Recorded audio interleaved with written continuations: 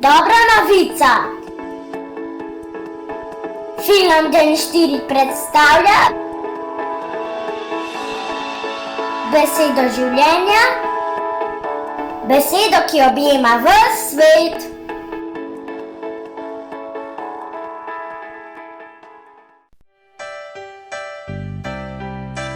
Marija je zvedela od angela, da njena sorodnica Elizabeta pričakuje otroka.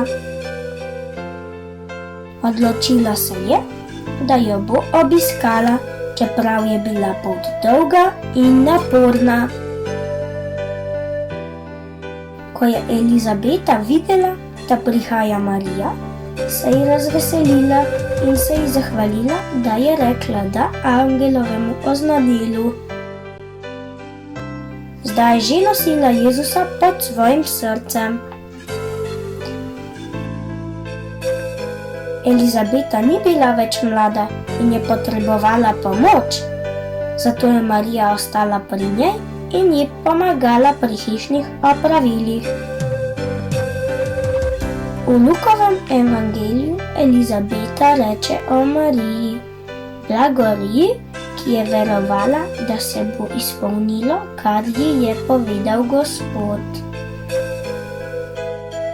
To pomeni, da je Marija lahko srečna, ker je verovala obljubi, da bo postala Jezusova mama.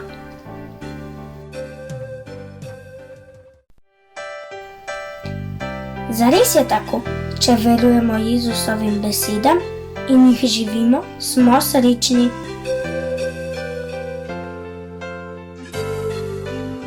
Izkušnja Margaret iz Svete dežele. Ko sem bila stara 5 let, sem se pogosto šla igrat ven v našo sosesko. Nekateri otroci so me žalili in tistega dne me je nekdo še posebej žalil.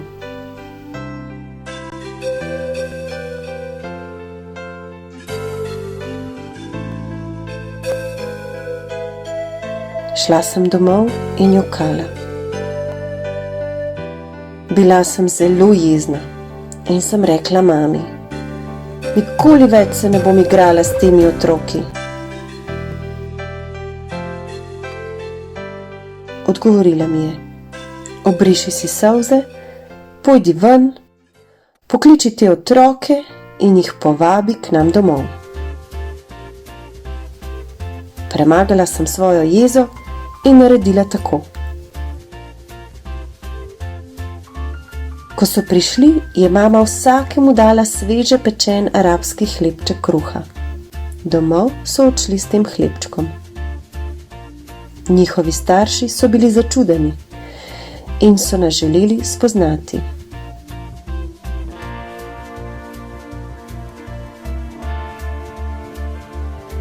Prav zares je tako. Vera v Jezusove besede nas osrečuje.